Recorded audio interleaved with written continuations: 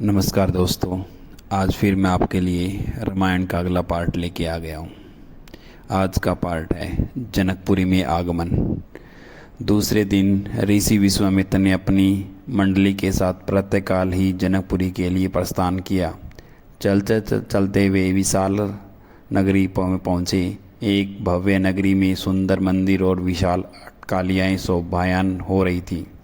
वहाँ की बड़ी बड़ी दुकानें बहुमूल्य आभूषण को धारण किए हुए स्त्री और पुरुष आदि नगर की प्रसन्नता का परिचय दे रहे थे।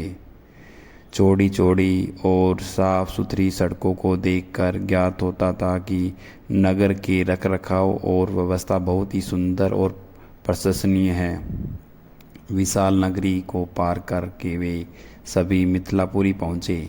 उन्होंने देखा कि नगर के बाहर सुरम्य प्रदेश में एक मनोहर यज्ञशाला का निर्माण किया गया था और वहाँ पर भिन्न भिन्न प्रांतों से आए हुए वेद पाठी ब्राह्मण मधुर ध्वनि में वेद मंत्रों का स्वर पाठ कर रहे थे। शोभायुक्त यज्ञ मंडप अत्यंत आकर्षक था, जिसे देखकर राम ने कहा, गुरुदेव, इस यज्ञशाला की छटा मेरे मन को मोह रही है और विद्वान ब्राह्मणों के आनंददायक मंत्रोच्चार को सुनकर मैं पुलकित हो रहा हूँ। कृपया करके इस यज्ञ मंडप के समीप ही हम लोगों को ठहरने की व्यवस्था ताकि वेद मंत्रों की ध्वनि हमारे मन मानस को निरंतर पवित्र करती रहे। जब राजा जनक को सूचना मिली कि ऋषि विश्वामित्र अपने शिष्यों तथा अन्य ऋषि मुनियों के साथ जनकपुरी में पधारे हैं, तो वे दर्शन के लिए वे राजपुरोहित सतानंद को लेकर यज्ञशाला पहुँचे। पाद्यार्थ आदि के से विश्वामित्र का पूजन करके राजा जनक बोले, हे महर्षि, आपने यहाँ पधार कर और दर्शन देकर हम लोगों को कृतार्थ कर दिया। आपकी चरण धूलि से यह मिथिला नगरी पवित्र हो गई।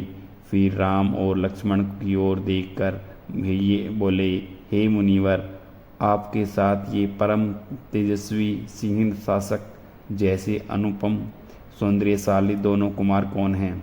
इनकी वीरतापूर्ण आकृति देखकर ये प्रतीत होता है मानो ये किसी राजकुल के दीपक हैं।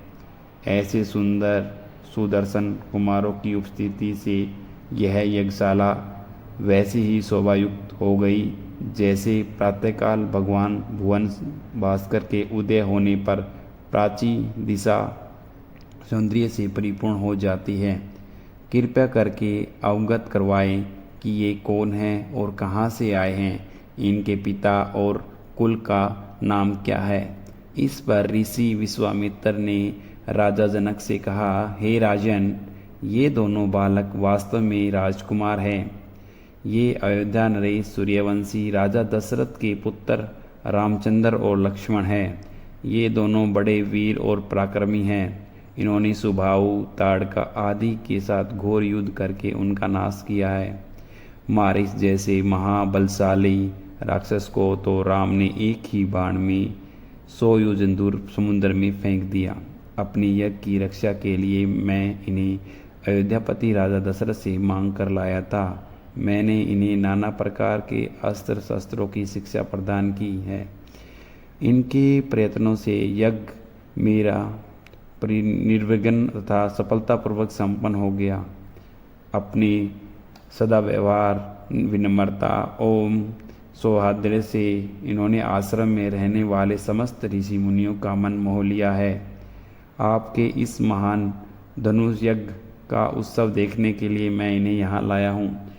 इस वृत्तांत को सुनकर राजा जनक बहुत प्रसन्न हुए और उन सबके ठहरने की यथोचित व्यवस्था कर दिया। जय श्री राम। कैसी लगी आपको आज की कहानी? कुछ दिनों से बीमार चल रहा था, इस वजह से मैं कहानी नहीं सुना पाया आपको। जय जय श्री राम, जय श्री राम।